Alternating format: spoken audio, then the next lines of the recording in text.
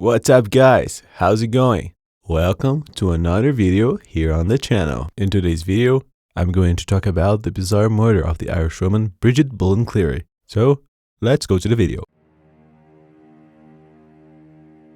Bridget Boland was born in 1969 in Ballyveldie in Tipperary County in Southern Ireland.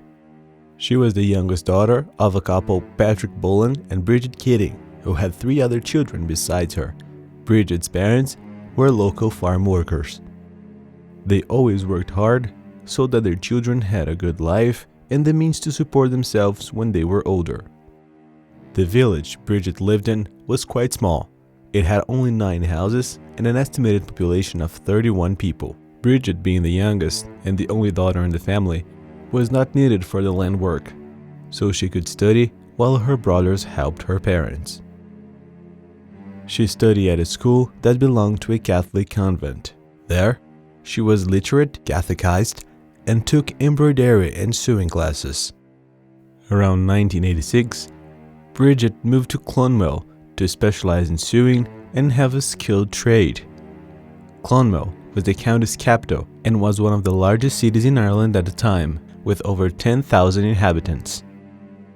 Bridget was a woman of medium height, blue eyes, white skin, and brown hair. She stood out for her beauty and also for the job she exercised. She was considered stylish and independent, and few women shared the same reality as her, since most at the time did not have access to the means and education she had.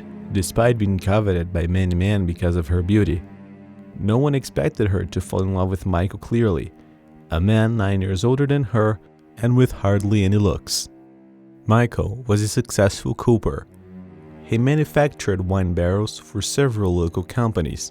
They met in the town of Clonmel, shortly after Bridget moved there to specialize in sewing. In August 1987, they got married. Bridget was 18 and Michael was 27. This age difference between the two was not well regarded by society in Ireland at the time. This was considered a scandal and a reason for much gossip. A few years later, she returned to her hometown to take care of her mother, who was very ill. Her husband, on the other hand, stayed in Clonmel for work and visited Bridget on weekends. This kind of relationship, unusual for the time, was the cause of even more gossip. One was that Bridget was having an affair with a longtime neighbor named William Simpson, who was 24 years old. The age difference between the couple seemed to be the determining factor for the gossip to arise, but apparently the couple was unfazed by it. During this period that the couple only saw each other on the weekends, Bridget became more independent. She owned several chickens, and she would sell the eggs to neighbors and other nearby residents. This would guarantee that she would support for herself whenever her husband wasn't around, something very unusual for the time and even more for the place where she lived. After a while, Bridget managed to save some money to buy a Singer sewing machine. It was a very modern and advanced machine for its time. With this machine, she started to make different types of clothes and gradually conquered several clients in the surroundings.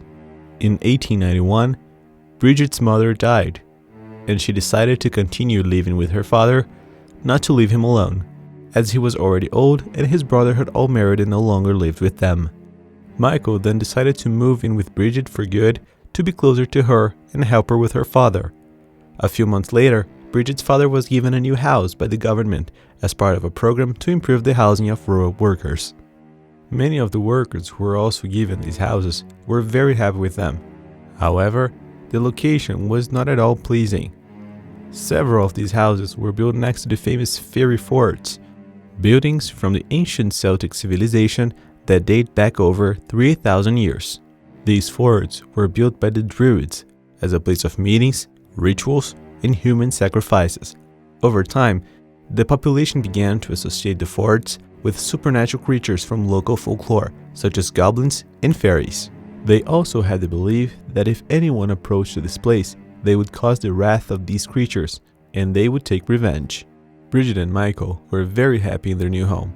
She made good income selling eggs and making clothes for all of the nearby neighbors. Michael was also making good money as a cooper.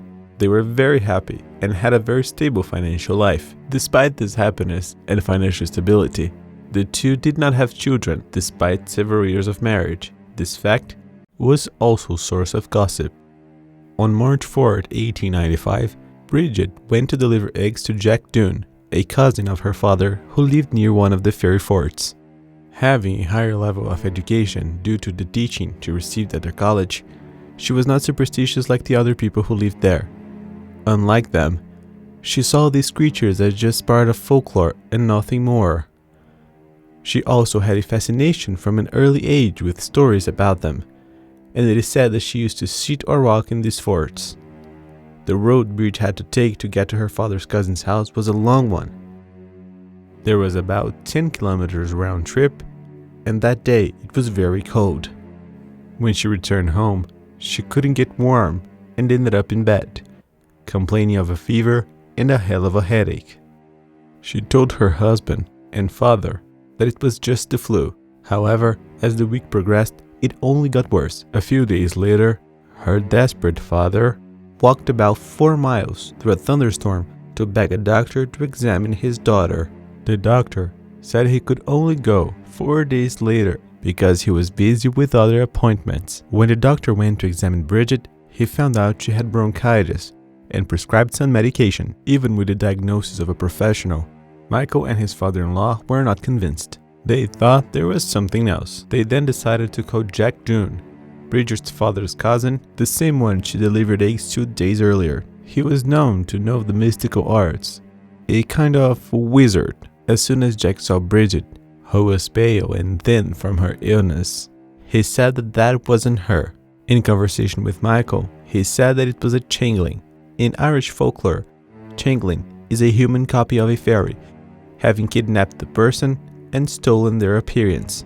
According to the legend, this usually happens to newborn children, when the creature enters the house and exchanges the child for a copy when the parents are asleep or distracted.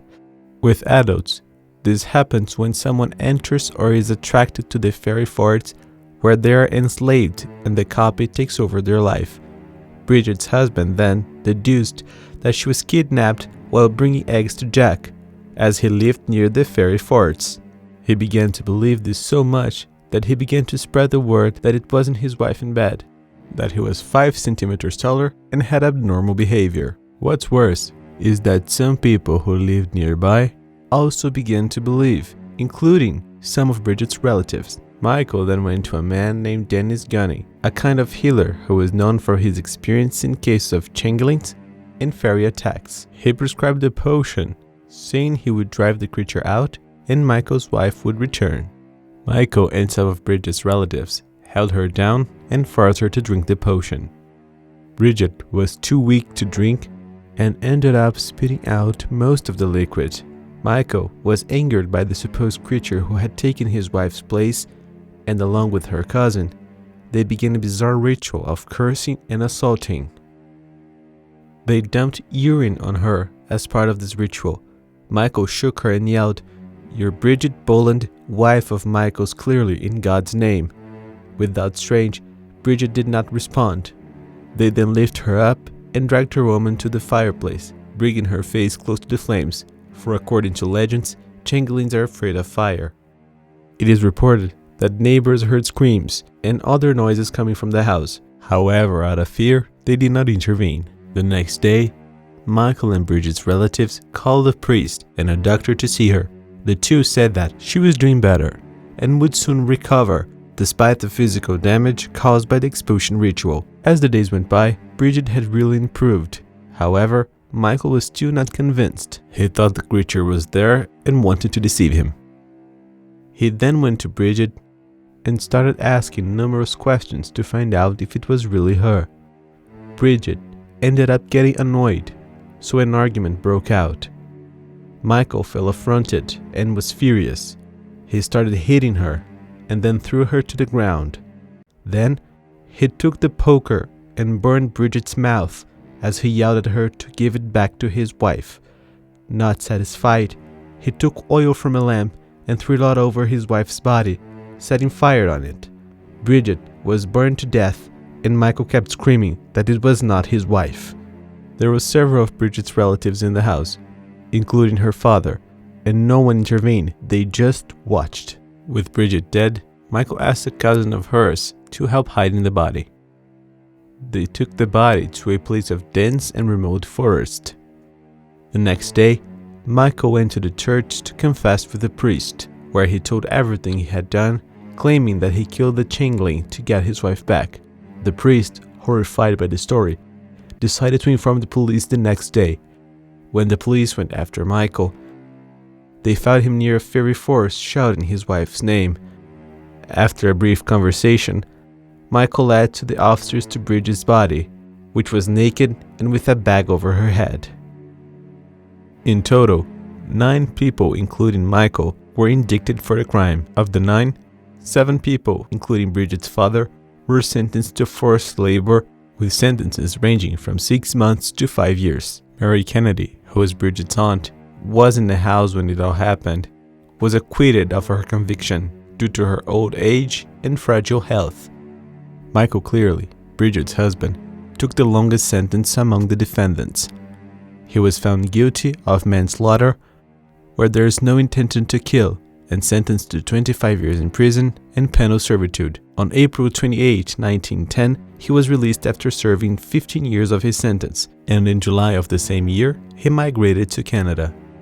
This crime was widely reported by the media, both in Ireland and around the world. The bizarreness of the events that culminated in Bridget's death was much talked about at the time, even more so because many people in Ireland still believed in supernatural creatures from their folklore.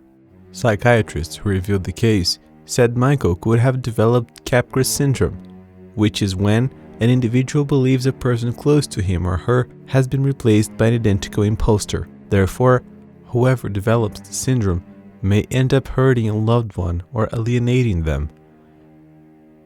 Bridget Boland Cleary, born in 1869, was killed by her own husband while her relatives watched and did nothing to help her. A bizarre crime based on the beliefs of superstitious people.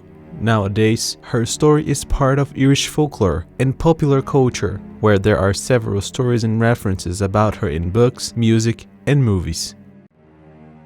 Well, folks, that's it. Thank you so much for watching me this far, and I'll see you next time.